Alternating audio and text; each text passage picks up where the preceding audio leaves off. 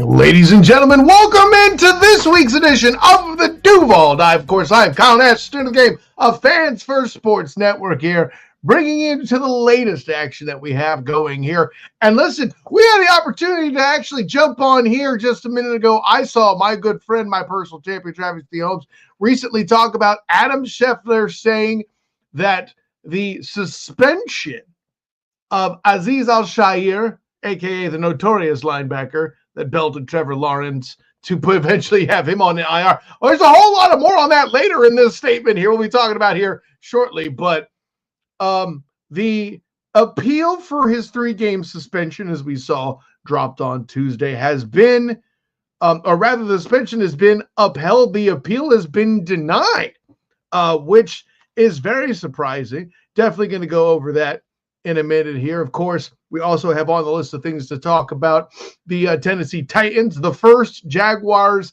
Tennessee Titans battle for the year. Jags are already 2-10, and they're just now getting around to the Titans. That's fascinating. Forgot that all that was this late on the schedule, but we'll get into all that. And of course, listen, Travis D. Holmes is right to say that it's the Calvin Ridley revenge game. We'll get into that later.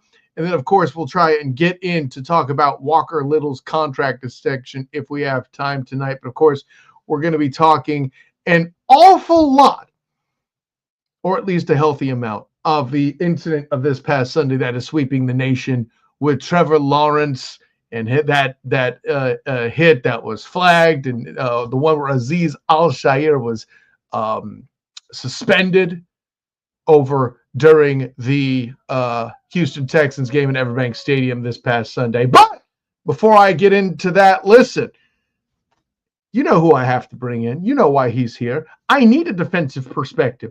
I need somebody to tell me if, in fact, that some people who are actually saying that Shaair shouldn't be suspended are out of their minds, or if it's just me, I don't know. This is why I call him my personal champion, Travis D. Holmes, Big Cat Country.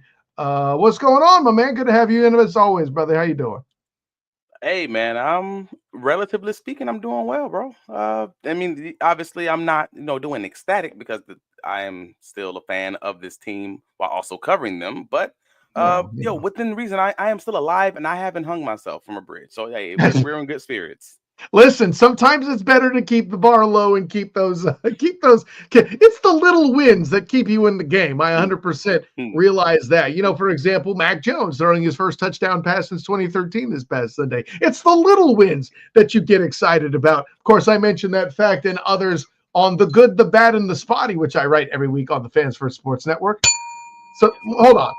There we go. Much better bell that time. So, we'll check all that out. But first, I'm going to lead right into it with this. I know we touched on the hit itself on the Duval Dive live this Sunday, such that it is.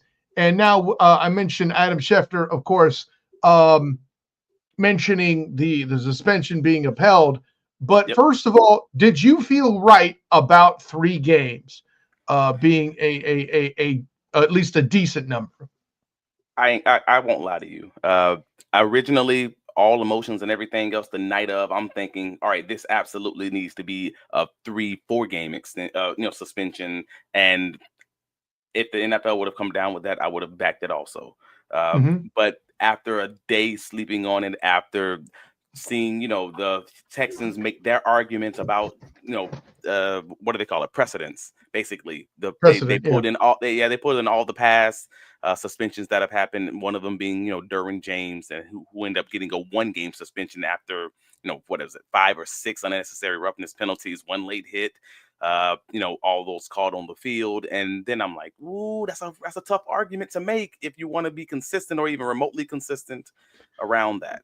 And that's why that's why I wanted to. I probably would have landed on 2 games and been just fine with it. As a Jaguars fan, I'm absolutely ecstatic about 3 games. Like, I think that's absolutely fair. But what about you, man? Yeah, listen, if I were the Ginger Hammer, if I were Roger Goodell, or if I was VP John Runyon, BP, of course, of NFL operations, John Runyon, who wrote a scathing letter, which if I can find it while we're talking here, I'm more than happy to read myself. But if it were me, I would have handled this a lot like a car salesman. I would have handed down 5, assuming an appeal would go through. right? Okay. Just like you kind of were throughout the week out there on Twitter, of course, and Blue Sky. By the way, you hip SOB, you Travis D. Holmes on both. But I was with you. I thought the appeal was going to uphold and all of that. There's we got some good comments coming in too, all the way from our friend Robert there too. I'm gonna touch on these. I don't think he's gonna like my answers, but I will touch on. And of course, shouts. I'll do the easy one first out of the way. Good to see you back, Hef. How you doing, brother?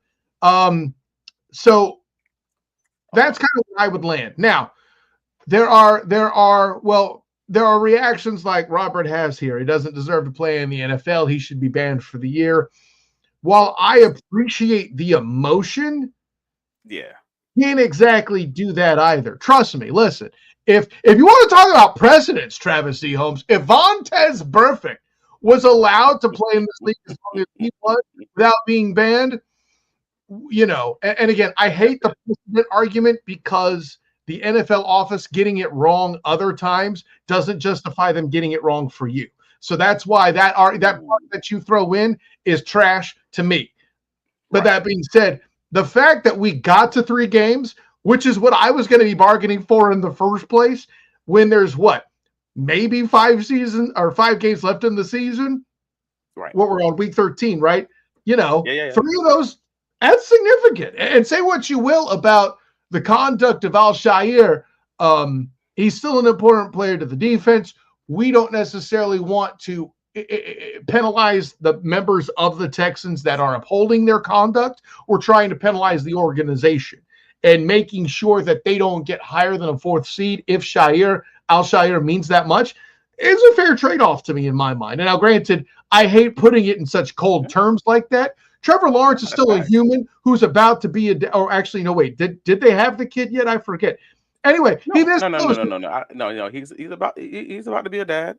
Okay, so it's about to be, he's about to be a girl dad. Like that's a factor here, and that matters. Like we're not trying to make guys, vegetables here. We're trying to avoid that. That's why we're even having this whole conversation. Is we're supposed to be in the new world of the NFL where this is a factor, right? Just long before he induced some element of CTE on Chris Rock. How many clips did we see in that trailer for concussion? Tell the truth, right? That whole thing. There has been so much put in emphasis on not hitting guys like that. I don't give a damn if it's a quarterback or not. Everybody's trying to drag in, well, if it's the quarterback or, and I mean no disrespect to Robert by bringing this comment into it. What this sentiment of, oh, well, if it was Mahomes, he would be out of the league. Or, if it's any court, if it was Stroud, you'd feel differently. All this other crap, right? I don't know that it's necessarily crap, but because let's be real. But let me land the plane here, and I'll let you jump in on that because I'm not saying there's zero to me. I'm not saying that has zero bearing on any of it. That's not what I'm saying. What I am saying is where I land the plane. All this other stuff is window dressing. The reason why Al-Shaair should be suspended at least 3 games, and I had 3 games, like I said, I'm willing to capitulate at the end of the day that there is another side to the argument, weak as it's made at times. More on that later. I do understand that the league has accented this, right? I'll do it again just because I like doing the accent, even though I'm bad at it. Tell the truth. That whole thing was, how long did we have to stare at that trailer, man, in that movie? Okay? And then on top of that, the lawsuit settlement to the tune of billions of dollars that was made, and all the noises that's been made, and all the CTE stuff, and you have a C on your chest for that team. This is why you got hit with that. There's no middle ground on this. Okay, it was a quarterback. It's Patrick Mahomes. I don't care. For me, it starts and ends there. If a hit like this took place to Travis Etienne, I'd still be pissed. Okay, and then there's morons like Joe Thomas out there who are like, well, let's stop weaponizing fake sliding. No, okay, you can count the number of instances that's happened on one hand. All right, I don't care about all that. What I do care about is the forearm and the intent, not just to hit but to harm. It is one thing to attempt to jar a ball loose. It is another to take a guy out. And we were supposed to have learned this with Bounty Gate and Greg Williams in New Orleans, right? Okay. Let me jump in. I landed the plane. We good, homie. All right, cool. No. All right, this is where I'm at on this, because I think it's a legitimate conversation that is taking place across the media, across the landscape, across the socials. Everybody's kind of talking about it. And the legitimate piece of the conversation is, all right, quarterbacks taking advantage of the rule, and I say or, not and, quarterbacks taking advantage of the rule either with the fake slides or, using the sidelines to their advantage, what the defenders don't know when they're going to run out of bounds versus kind of keep on running. I hear that argument. It's a different conversation to this hit. Can we be clear about that? Exactly. Yeah. That's what I'm saying. So it's a legitimate conversation that needs to be had and has needed to be had for about a year or so. Right. And I think many people in the media, including myself, to be clear, have been having this conversation separately, and other people have been trying to link it to the Trevor Lawrence conversation. My stance on this, my stance on this is, as someone who is absolutely team defense, I am. If you've watched the Duval dive, you've seen Trevor.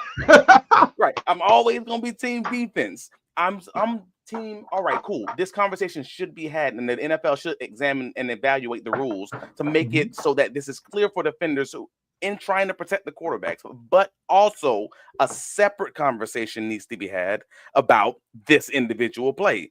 We already have the rules in place saying you slide, the defender's got a monkey roll over it. Like this individual situation, Al-Shaair, he's wrong. He's fucking wrong. And there's no other way around it. He's wrong. Because you got to barrel roll across the guy. You got to dive across the guy. If you put your nuts in his face, so be it. But you got to go over Trevor. You cannot put your forearms into the man's chin. You can't do what this is. Again, we've seen literally hundreds of these slides take place in the 2024 season, 2023 season. We just don't see hits like this for the most part. Maybe every 5 to 10 years, you see a hit like this since the NFL has been big on this CTE thing. So Correct. Come on, man. Like let's keep it a buck. This was not that. Like the only people that are arguing for this, this hit being quote unquote bam bam or a late slide or anything along that, you have some kind of relationship with the Houston Texans or you're a Texans fan. Like that's just call it what it is, man. So what was it? My argument was he didn't actually hit him in the head. Okay, cute. Let's pretend that's true. You still did this, and actually I'm going to go to Hef. He has a great Hef and Robert both have good comments here that accompany what we're both saying. And I forgot about the brace, Hef. Good on you. You going like this with metal-ish on your elbow, you're the problem. It's not close. And we mentioned the repeat offender thing as well. What is it that Robert says? 5th fine in 2024. His history is bad. Like that's Vontaze Burfict levels of ish. If you look that's literally Derwin James level of ish. But to your point, I want to make your point because you actually did make a point that I want to give credit to. I want to give flowers to is the fact that the NFL made a bad decision on the Derwin James, and he even appealed it, and it stuck at 1 game. Made a bad decision in that situation does not change how they're going to stand on it today and moving forward. And this is no different than NFL contracts. The contract yesterday don't mean what the contract is going to be tomorrow.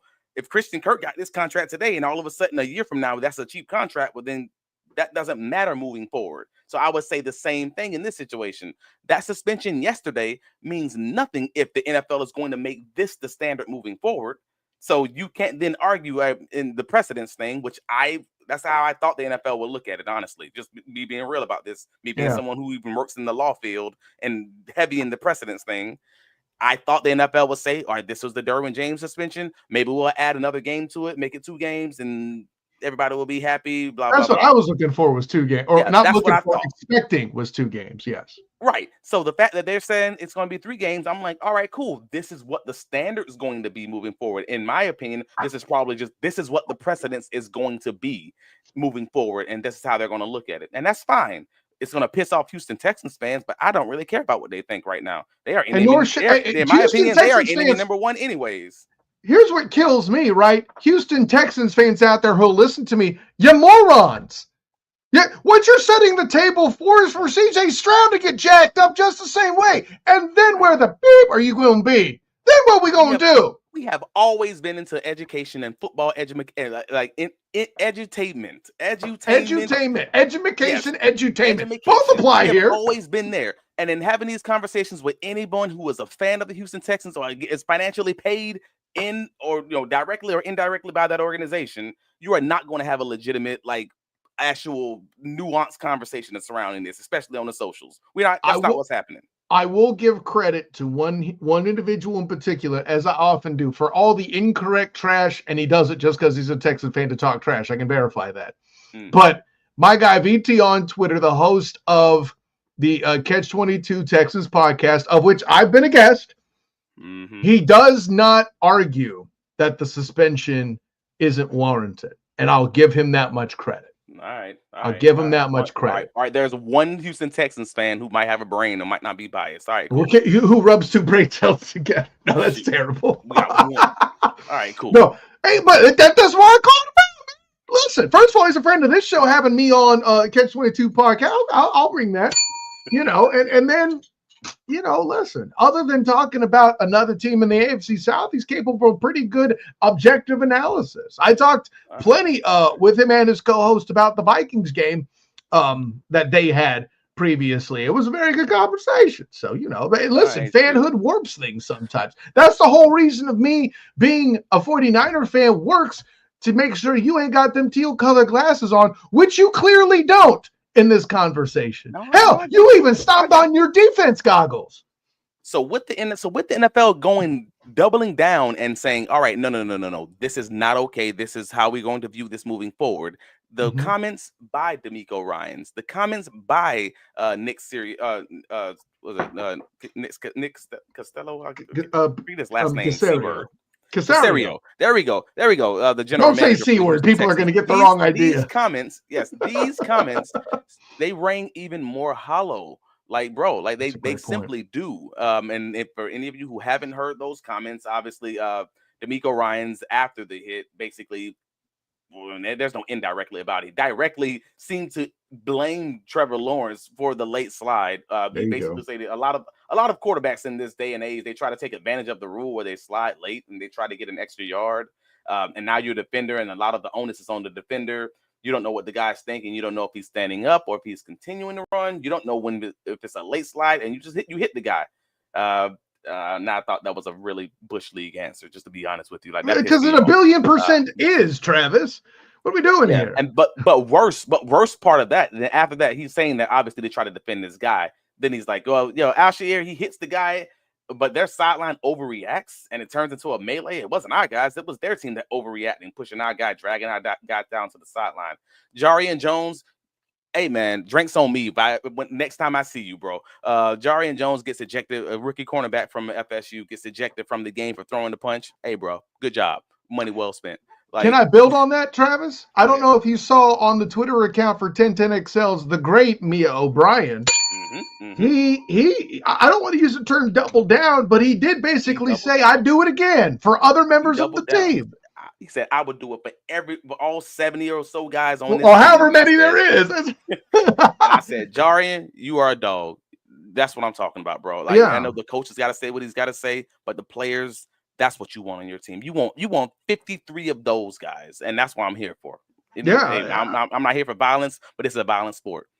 I'm sure he got pulled aside and said, hey, Jarian, I feel what you're saying, but let's be careful. That being said, though, credit to the young man for giving not only an authentic answer, but I don't think that one's going to get him in any real trouble. But I can guarantee you, well, I'm not going to name the name, but I can guarantee you the communications guy will coach him on how he answered it, is what I'll say. That being said, though, I'm with you, man. It was a great concept. I wonder if someone's going to comment on this. Robert, I'll see you. I'll pull it up in a minute. But RPR 5212 is an interesting question. Why shouldn't there be a punishment for the franchise? So let me be clear. When I say you don't want to punish the franchise, what I mean is the players who are doing things the right way. Why should CJ Stroud be punished for the fact his linebackers showing, shall we say, repeat offender tendencies, right? Now, that being said, fining the franchise is a different question. My only response is what do you have in mind policy-wise? Are we talking about draft picks? Are we talking about finding the organization?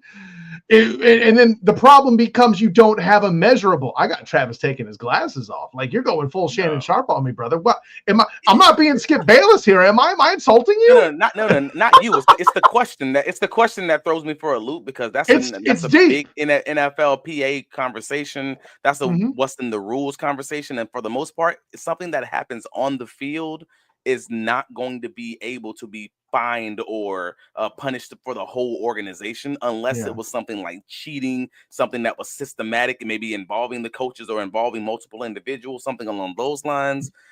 Then you start getting into those conversations of maybe finding, the whole team or the organization top down. But if you're talking about something that an individual player did multiple times, they suspend him for the season or indefinitely or something like that before they'd ever get to talking about the full team. You have to have a note from the like Bountygate. You'd have to have something, a smoking gun from the organization saying take him out or something to that level before you even get into that conversation. I see where you're coming from. Your experience in deposition and dealing with law is showing. And by the way, you're 1,000,000,000% correct on that particular front. And by the way, and Daryl talks about draft picks as a thing just as I did.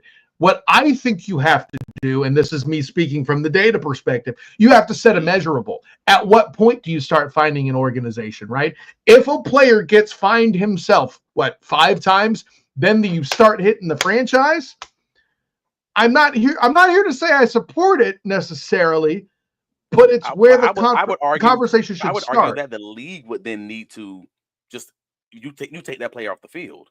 At that point, it's not up to the organization. You take the power out of the organization's hands to even allow that guy to get to a 6th, 7th, 8th number, whatever that number is you want to. So Al-Shaair, let's say he hurts someone later this season from a late hit, or unsportsmanlike conduct, gets 2 or 3 of those, or whatever it may be.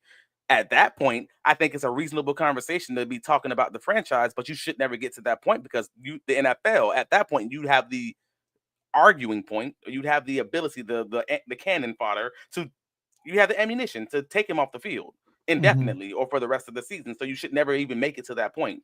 That's you as a parent being mad at your child for not learning because you don't know how to teach him. You have the ability to get him off the field at that point. Boy, by the way, commenters tonight, y'all are hot, man. Thank you so much. Your contribution is bleeding great. You're taking this ish places I wasn't even ready to go. We probably aren't talking. I'm just gonna say it. We probably not talking Walker Little tonight. As much as I'm curious about the contract and the impact. Hey, listen, man, Walker Little got paid. We'll talk about it in a week. Yeah, look, that's cool. Hey, Walker Little got paid. We'll talk about it later. I'm a host of the show. We talking O-line at some damn point, right? But no, but listen, to your point, and it's a good one. At some point, why would the franchise even get involved? At some point, you remove the player. I think you need to also deter the franchise or encourage the franchise. We'll flip it on its head. Encourage the franchise to coach the player away from that behavior. And something there. So maybe here's the line. Let me meet your concept and mine together in a lovely marriage of discipline here. Okay. The first 3 are the player. After the third, and pick the numbers you like. I don't give a damn. But after the third, then not only do you hit the player, the team loses a draft pick. And then once they get to 5, at that point you pull the player. And again, pick the numbers you like. I don't care. I know. But let's say out loud. Ooh, that's rough.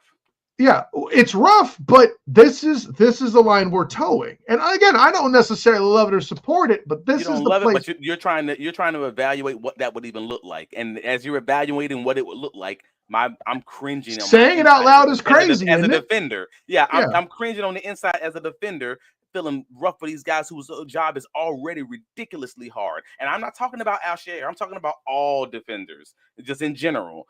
Ooh, that job is so damn hard. To then have this conversation and to be talking about the whole franchise and everything else, that's why I'm like, you need that smoking gun. But I fully understand why everybody's talking about it, and good, right on them. Next owners meeting, I'm sure this is going to be a major topic of conversation. What we're broaching is just an infinitesimal crumb of a fraction of a piece of why Roger Goodell gets upwards of $40 million. RPR just made a great comment. That I'm gonna get in there. Hold on now. Rattling through my head this entire time, and I was trying to find the best way of saying it because the Houston Texans GM and head coach have expressly, outright, unofficially endorsed the behavior. And if there were any even remote leeway in trying to find the organization or lean on the organization in some kind of way that they at minimum better talk better in public, that would be the big issue. Like that's the biggest issue of all, the fact that they both doubled down, both the GM and the head coach in lockstep, doubled down on something that the NFL obviously deems to be wrong. Oh, okay. This is an interesting point. I'll get to you, Robert. And actually, RPR, hell, you had other stuff in here that's good. But I saw this just come in. I want to address this first. We're criticizing and talking all this trash, and I'm sure what few Texans fans watch this. So if you're still tuning in, first of all, thank you. Second, I'll give this much grace. Hef brings in a point. Dan Campbell did it right. Man Campbell, who of course he did it right. He showed the refs the videos prior to the game with Caleb Williams, warned them that he would hit him if they weren't flagged for it. Okay. God, this is the respect. On the funky looking slide play is what he's referencing. Yeah. Not wrong. He's not wrong though. Hef, you own it right there, man. So and just so we can be clear, so everybody doesn't just think I'm some offensive dolt, only looking at one side of it. When Kenny Pickett first slipped, I think it was something dumb like the first responder bowl, but he was still a Panther. He was not a Steeler yet. When he first did a fake slide, I can't do it because I want to use somewhat proper language on the show. When I saw it, oh, bleep. No, we got to take that out. That's got to be a penalty right now. Yep. And college football did that. So, I am anti-fake sliding. I am anti-playing that game. Now, here's the biggest problem, and I know you're going to agree with it, so just let me land this play. Get off my play.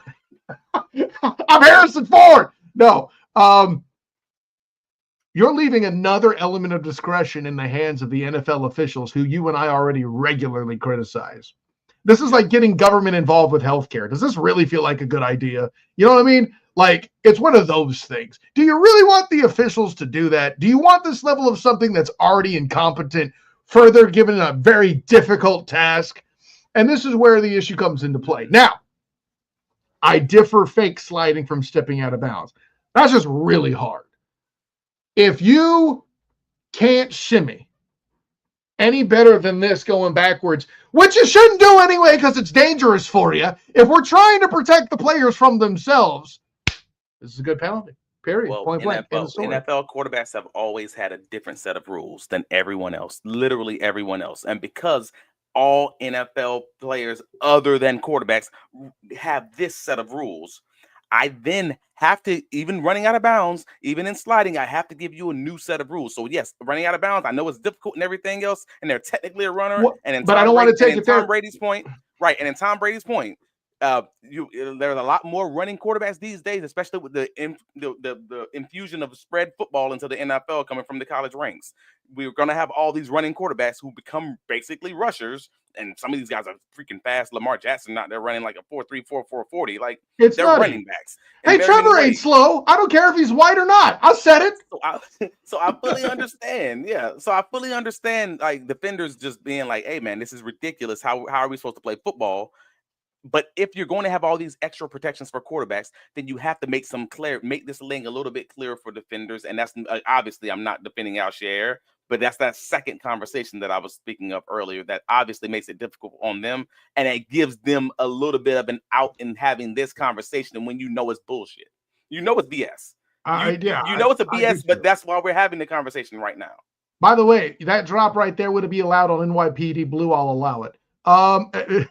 Former linebacker coach endorses tackling players who run full speed at his linebackers. Yes, that's the issue. Brandon has nailed it here. And you made a joke earlier that I'm going to allow a pass through because it is kind of funny that's inappropriate as it is, Brandon, but let me get through it. At no point does Azeez Al-Shaair attempt to wrap Trevor. That's a wrestling move. Can you smell what the student is cooking? Crazy part. Right. So I know, and I don't want to spend all the time on Al-Shaair, but he obviously deserves it. And oh my God, we're a half hour in. He wanted all the smoke. He got all the smoke. I'm sorry, nationally, that's what's happening. But he got all the smoke and then asked for more by coming back onto the field to start more ish. How about that? Man, shout out to Anton Harrison. I haven't heard many people talk about him. Shout out to Trevor Oh gosh, out there body slamming folks. Shout out to Brandon Scherf trying to come and get some more on the second go round. Jari, and obviously, man, that's the main one. Evan Ingram immediately. That my boy ain't think twice. He ain't breathe. Yo. Just out of there. Let's give credit to guy number 2 there to back his veteran. No, Brenton Strange, man. Right? Brenton Strange immediately ran over. I felt bad for Tim Jones, bro. If anybody's watched that video in slow motion and just look at everybody, but look at Tim Jones. He's standing and he's worried about Trevor, and I fully understand it. And everybody else is like, I'm ready to fight. And if you watch it, it's hilarious because it was like he's the only one that's frozen. A psychology class could be taught on the various stages of dealing with crisis. One is retaliation, one is recovery. Yeah, no, good shout on Tim Jones, by the way. I felt bad for him, bro. So here's what Brandon dropped earlier. Azeez Al-Shaair hit Sunshine so hard he no longer remembers the Titans. Well, first of all, they haven't played the Titans yet, so what is there to remember, Brandon? Let's be fair. So I'll leave that at that. No, but Trevor's injuries are kind of stacking up over these last 3 years, man. And I mean, like, prayers up for him. Like, I know he's going to take all this time to recover, become a girl dad.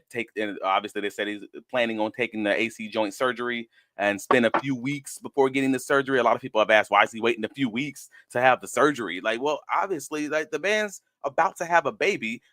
You want to let him have that time, or even if he doesn't have the baby before having the surgery, at least give his wife all that attention before the attention then flips right back on him having to recover from his surgery while they're having a child at the same time. Nah, man, this thing is a little bigger than football. Get a man his time. Enjoy your time recovering, bro. You'll be fully healthy by the season. Enjoy your marriage, man. I'll put it this way. With personal experience, you would be surprised how much the man can help the pregnancy process. I know I was personally involved in some way, shape, form, or fashion for my daughter arriving on time. I'm not going to tell you now because it's not this kind of show, but like, listen, you can be helpful as a husband. That's a real thing, okay? You can be. I'm saying. Oh gosh. Now so, during labor, that's different. I know we're going a little bit longer because Al-Shaair again. That kind of. No, we're not going longer because of him. We're going longer because these commenters are in here, and we give the people what they want. Travis Holmes. All right. Listen, and this is interesting. I'm not sure exactly where he's going. Maybe you could fill in the blank, but careful hitting any players on the Titans team during Jaguars-Titans game. All decisions are reviewed by former Titans players and current Titans media staff. What am I missing? Oh, is he talking about Runyon? One of the appeal was handled by what was in the former Titans O-lineman or something like that? Well, Runyon, I know him better as an Eagle, but I forget if he had time in Tennessee. Well, it was the original. I thought Runyon had made the original decision, but I thought someone else made the He wrote the letter. He wrote the letter that was so scathing. There you go. Okay. Oh, I forgot. Hey, yeah, no, thanks, Brandon. I've completely forgot Kevin Mawai was involved. I forgot Kevin Mawai was involved. Thank you, Brandon. Yeah, I wondered if Runyon was the guy he was talking about. Listen, if Runyon's going to do that consistently, fine. Now, granted, I wouldn't go after getting any revenge hits on Calvin Ridley this game. That's a good point by you, Brandon. Well done. RPR, I love you. We're not talking little this week, but I can guarantee you one of these questions is going to be asked here in the contract. Does this mean 4 of the 5 starters are back next year? That's interesting. I'll lead with this. I may take a snippet of that one so we can talk about that one another week because we will have the time and it will absolutely come up. There you go. We'll leave it at that. And yeah, Jordy Nelson's a former Titan. If you're listening, like and subscribe on YouTube. Yes. Duval at Duval Dive. Again, we absolutely will talk about these comments, but I just want to make sure we give it the appropriate attention it deserves. A good 5-minute conversation and keep that thing moving. So, and see, now we even got the commenters talking to each other. Let's go. You guys rule. I'm stoked right now. This is great. Earned the contract, and I am not sure I agree, but again, that's why we want to have that conversation. See, that's called a teaser, Travis Holmes. I'm not even mad at you for doing that ish. Well, at some point, we do have to remember there is a football game to be played this weekend. Yes. The Tennessee Titans. Listen, this game might actually be sort of competitive. I'm terrible. Travis Holmes, man, listen, it begins and ends with protection, right? I know that the Jags have a good edge rush. Simmons is still on the Titans roster as far as I know. He's a damn problem, even when you don't have a less than perfect interior line on offense. It's going to boil down to make fewer mistakes. Mac Jones or Mason Root, Will that who they even have a quarterback right now? It's Will Levis. Okay, just checking. He a fan. Yes, Will Levis. It's that dude. Real quick, Brandon. I see what you did there with the dad joke. I'm going to give him that, and then I'm going to move on. Go ahead. Now the Mayo Messiah is who is going to be playing against the Jaguars, and we'll see how that goes. I don't know. I mean, again, that Tennessee Titans defense, they've been reasonably solid. Again, you touched on Jeffrey Simmons. We already going to be playing with a backup quarterback, so you're probably going to get an offensive playbook that's going to be very similar to what they did against the Minnesota Vikings, and even the second half against the Houston Texans last week. We're running a lot of 13 personnel, 3 tight ends, or two goodness gracious tight ends, maybe a little bit Parker Washington outside in those situations, and we'll see how that goes. I'm not 100% sure Jacksonville's going to be able to run the ball against them, so that's going to be that conversation. And Jacksonville Simmons makes that a problem, man. That's why I brought him up. They've really struggled when they haven't been able to run the ball, and especially when playing with Matt Jones. So tank for Hunter? I don't know. Tank for Travis. Like this is where we are right now, bro. I mean, I'm not hoping for a win. I'm not even looking forward to it. It is what we it is. know you're a Travis Hunter, sir. Yes. It is a football game will happen. How about that? A football game's going to happen no matter whether we want it to happen or not. It's going to be Will Levis, the Mayo Messiah versus the Jacksonville Jaguars. And, Calvin Ridley will probably make some sort of appearance because he's been up top of the league as far as air yards over the past few weeks, which I thought was very interesting. And he's a very boomer bust player in these past few games. So I'm hoping this is not one of those bust weeks. But if it is, it's still we still win either way, man. We trying to get rid of this coach and this GM. We know what this is. I love the optimism. By the way, the question asked, does Wolford see the field? Of course, this is the Broncos receiver. I believe that was picked up. I can't rule it out, but I'm doubtful. That was talking about John Wolford, right? I think so. Yes. Yeah, he was just signed. I think that was today. He was signed to the practice squad. So he probably, like I said, like to Travis's point, I don't think he sees the field this weekend, but you got to think sooner than later. He's in action there. Think Tavon Austin in the Urban Meyer year, right? Yeah, he's not seen. If he's seen the field, then we got problems with obviously we got problems with what's the name with CJ Beathard. I mean, he's our backup. So I thought it was a receiver, not a quarterback. My mistake. John Wolford. I could have sworn he was a quarterback. Am I crazy? No, I got confused. What I'm referring to, and I saw it on Twitter before I got on the show and flashed it, so I'm embarrassing myself thoroughly. But no, I got you. It's all by memory, man. He's been on the squad for like a day. Like I don't feel bad about. Oh, he's asking if we go to the next level of depth at quarterback. God, I completely botched that issue. Yeah. Hey, listen, if they're not playing Beathard, they're not playing any. They're going to return. It's the return to the MAC if they're not playing Beathard. That's what I'm saying. So yeah, I mean, if we're talking about that, this is like preseason at that point. Like, what are we doing? Like you guys are turning the game off at the end of the third quarter and watching something on TV. Like that's fine. So we don't really have to talk about John Wolford, and I'm not. See, Hef's got my back. I see, and this is my fault because I thought the name was Reynolds, but I doubted myself when I saw the comment. Oh, because Reynolds was signed, and you knew a receiver was signed. That's the Broncos guy about Wolford. I understand. Yeah. No, Hef is on fire. Somebody, that's funny though. Reynolds is somebody I wanted the Jaguars to add to the roster this past offseason because of the season that he had in Detroit last year, and I wrote that in my Big Cat Country article discussing Trevor Lawrence being added to the injured reserve, and the team also adding Reynolds to the adding him from waivers. I'm sorry. So because of the Jaguars adding him from waivers, they also accept his 2-year contract that he signed with the Denver Broncos, which means he will be on the roster next year if they choose to continue keeping him on the roster after these next 5 games. So the Jaguars basically get a sneak peek at him. for the next 5 games with Matt Jones, and whatever the new staff, hopefully there is a new staff, decides to do with him next year, they'll have that ability to. If and when there's a new staff, that's how you handle that, Travis Holmes. I don't want to be positive right now, but yes. But that's not positive. That's a nice fence-sitting take right there. But Hef is going to be positive for you, preparing for Ben Johnson. There you go. Oh, take him back to Ben Johnson. Well, see, he had a year under Ben Johnson, so yeah, I like that. And he has no dead cap next year. Reynolds. It's a $4.5 million cap savings if there's a pre-June 1st cut. Should the new staff decide that? It is literally a low risk to no risk move that no one should be mad about. I mean, I know we should be mad about the season or mad about the fact that it's Trent Baalke making these decisions, but hey, man, as Shad Khan said, I'm paying that man to do a job, and he's still actively doing a job.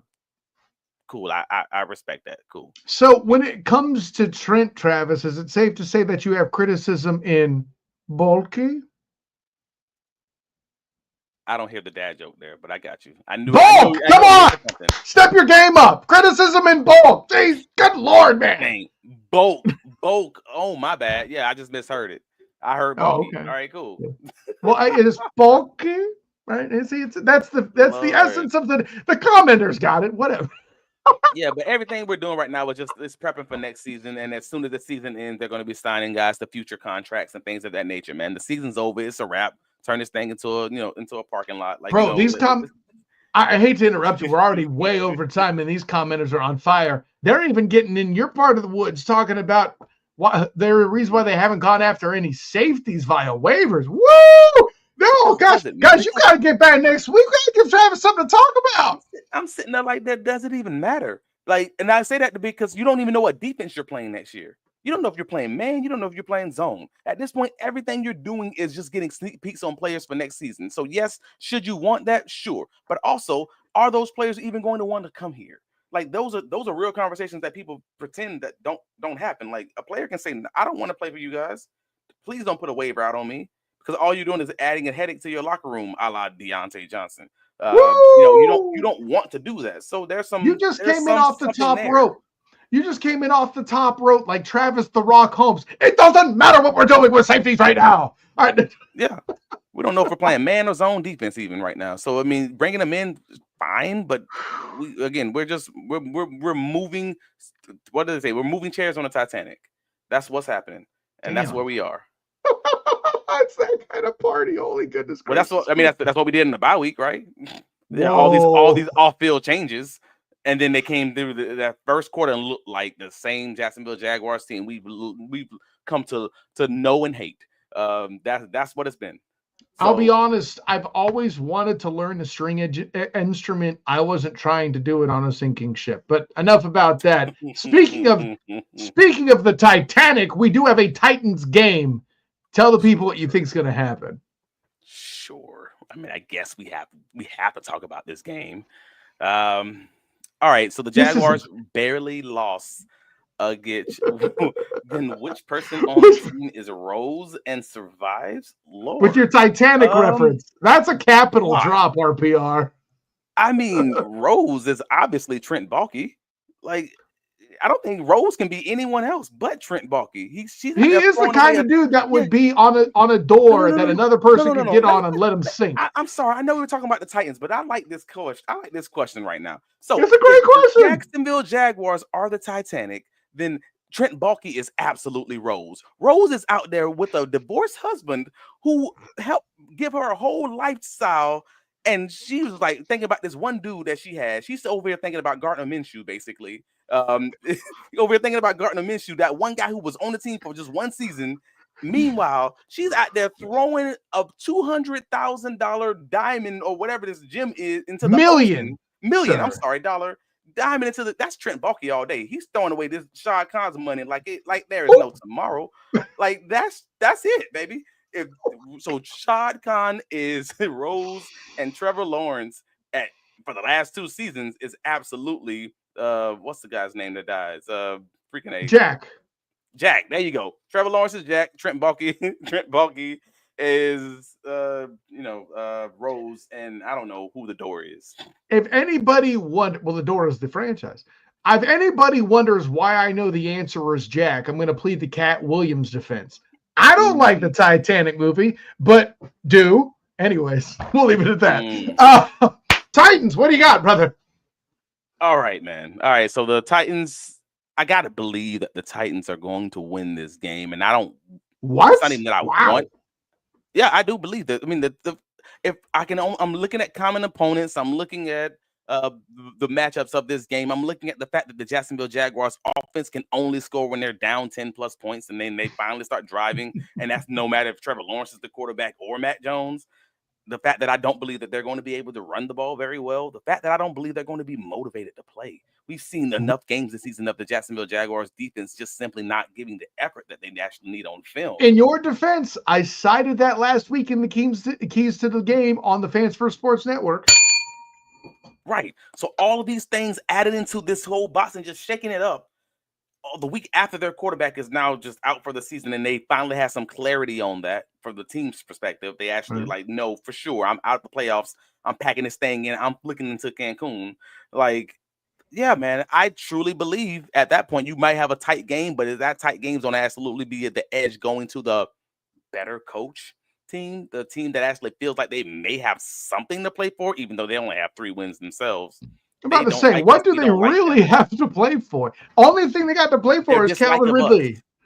Yeah, I mean, they're just like us. That's basically what they have to play for. And yeah, I'm probably going to go Tennessee Titans in the ugliest of ugly games.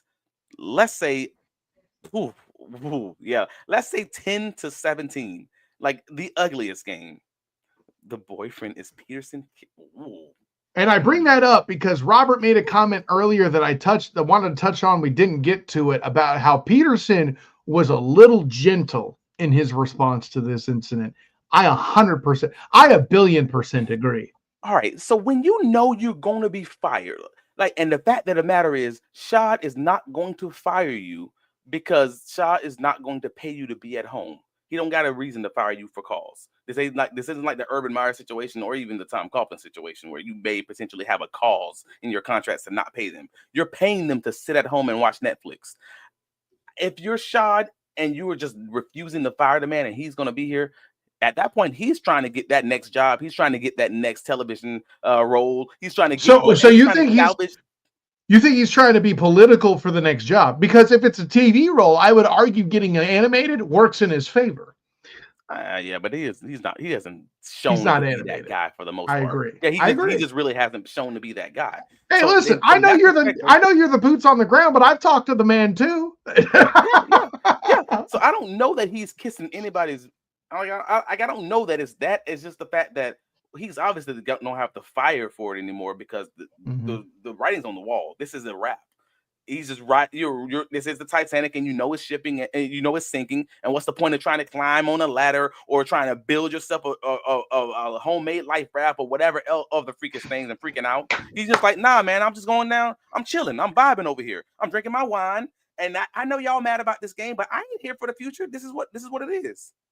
Yeah, and I don't think anybody's arguing that point, Robert. That's why the Jags lose games is because of that sentiment that has come to pass. Yeah. Listen. So what about you, sir? So I gave you my prediction. I'm saying 17, something like a 17-13 Titans win. And I think it's not even that close. Actually, in reality, I think the Jags maybe score something late to make it look close. I think it's an ugly, low-scoring game. What about you, sir? Well, what I hear rampant in your musings, as intelligent and as most of them, all of them are. Let's be honest. You're Travis E. Holmes up in this humpy bumpy. Your disrespect for Cam Little is rampant. Not a single kick from him. Really? I said 13. That's 2 kicks. Well, no. You said the Titans had 13. I thought. No, I said 17-13. That means. Excuse me. I heard 13-7. My bad. Fair enough. Well done. I retract my criticism. Nonetheless, there's still disrespect. You're saying he only gets 1. No, you say he gets 2. I'm saying it's more. But if the number of field goal attempts by the Jaguars is 2.5, give me the damn over, fools. Here's what it is, okay? At some point, Josh Hines-Allen and Trayvon Walker, 2 of the dudes that do their job week in, week out on this roster, Gosh, I'm sorry, Eric Armstead. And, well, of course, Foye Oluokun, because he's awesome. Let's be clear. Sorry, Andre. But, and Jare will be suspended. So, and Tyson's hurt. So, with all that being said, I'm going through the list, right? Jeez. The edge rush regularly makes something happen. If it's just a sack, if it's just a pressure, that's fine. But let's not forget the mayonnaise messiah is in their sights. That dude is going to have at least 1-2 turnover. If you give me the over-under on turnovers for the mayonnaise messiah at 2.5, I am taking the... Okay, I'm taking the under because I think it's 2. But he might get more. And if the field position is appropriate, Cam Little is going to get them field goals. All right? I think going to get them field goals. I give you that. Okay, so listen, the return to the MAC, he gets 1 more passing touchdown. He gets 3 more field goals. Based on your logic, it's still 17-16. Cool. I just don't think the Titans score that much. And they'll have a chance to win the football game, and then Calvin Ridley will drop the chance to win it. I have the Jaguars 20. That implies I'm saying 2 touchdowns for 16-13 Jaguars. That's my count. You think the Jaguars win, and you think the Jaguars defense plays well enough to stop them? I like. I've said this once. I'll say it again. There is nothing more Jaguar than winning a game to disappoint all the Travis Hunters. That's facts. Ooh, that's facts. And you mentioned Eric Armstead earlier, and I'm like, why are you mentioning Eric Armstead? I was about to apologize to him because Robertson Harris ain't been on the team for weeks, and he still got double the amount of sacks than Eric Armstead. Damn, that's my point. And Robertson Harris only has 2 sacks. Well, I was bringing up Armstead to be critical of Ryan Nielsen rotating him around again, but who knows? Maybe one time on the inside he'll actually make. That's the wild card. The one time or the few times that Armstead's inside, he might make Will Levis make a mistake. It's possible. Okay, everything's possible. Yeah, anything's possible. Oh no, you're going full Kevin Darn. Oh, goodness gracious. Lord. Goodness, guys, great in the comments. This was one of the hardest episodes for me to end, and I'll be honest, the main reason I'm doing it is I still got to get ready for my 9 o'clock for the student of the game, where I'll be having 1010 Excel's RJ Saunders jump on to talk some dang. Hey, listen, that's my dude right there. I actually met him as an intern at UCF, so there you go. Travis B. Holmes, man, tell the people where you can be found, my guy. Well, find me on all the socials, whether you're a blue skyer or you're someone who's still on X. Hey, man, you got to do something with your life. I don't know. You got to get off that. Hey, don't argue. X gonna give it to you. No. Whether it's X, whether it's Blue Sky, whether it's Facebook. If you're older, I understand. Hey, we all got our thing we ain't letting go. Some of us, they got flip phones. Whatever the social you're on, you can find me there. We can interact. We can talk Jacksonville Jaguars football. I truly do interact. I'm not just someone who covers the team. I'm blessed to be a beat writer, but also I'm actually a fan of this team. He is among the Duval devout. Let me be clear. Absolutely. Yes. And more importantly, BigCatCountry.com. We have the write-up for Josh Reynolds being added off the waiver wire, Trevor Lawrence being added to the injured reserve. Most likely he's done for the season, obviously, with getting the AC joint surgery. We also have the fact that the Jaguars were eliminated from playoff contention article up on the site, and we always will have your post-game write-ups immediately after the game every week. So definitely say that as your favorites. But that's, for the most part, that's it for me and all the other inside the pigskin every week for the South Florida Tribune I'm on. That's covering all football, college football, NFL football, XFL, CFL, all of it. We talk about a little bit of everything. So check that out. Just follow me on the socials. But for the most part, I'm not going to give you everything. That's the gist of it. Where can you be found, sir? Hey, listen, first of all, big shouts to not only you, Travis T. Holmes, but the comments section. RPR, you thank us. No, sir, thank you.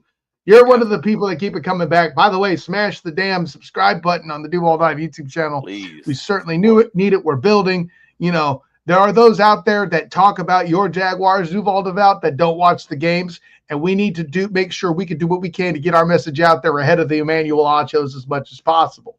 That being said, of course, I am Kyle Nash, the student of the gang. You can find me on Twitter, Instagram, Threads, and Blue Sky.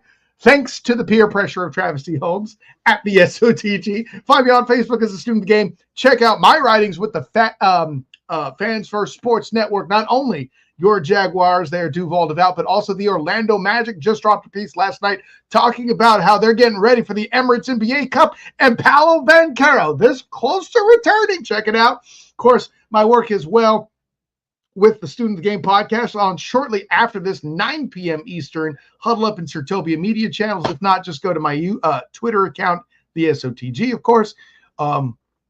You know what? StreamYard needs to be broadcast in the blue sky, too. We need to step it up, StreamYard. You already screwed up my microphone. I need to be able to damn stream to blue sky. And on top of that, by the way, I guess they'll just have to watch us on YouTube. So. Smash it! Smash the subscribe!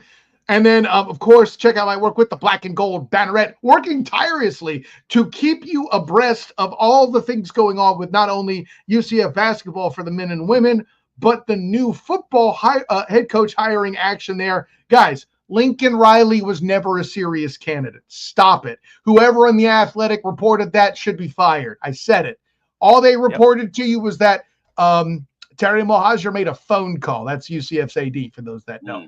Anyways, so damn near an hour, Travis. We gave the people what they wanted. We will talk about Walker Little next Wednesday because his contract details literally just dropped 6 minutes ago and from Spot Track, and I am very angry about that. Listen, we'll get into it later. And credit to the commenters, both Robert and RPR, mentioning Mason Smith getting more reps than Arik Armstead. Listen, I got to tell you, at this point, you need to get the young guys some reps, right? That's what it is. Guys, great show tonight. An honor, joy, and privilege. I say that every week, but I mean it a little bit more this week. Y'all were great. Yeah, until next time, everyone, class dismissed.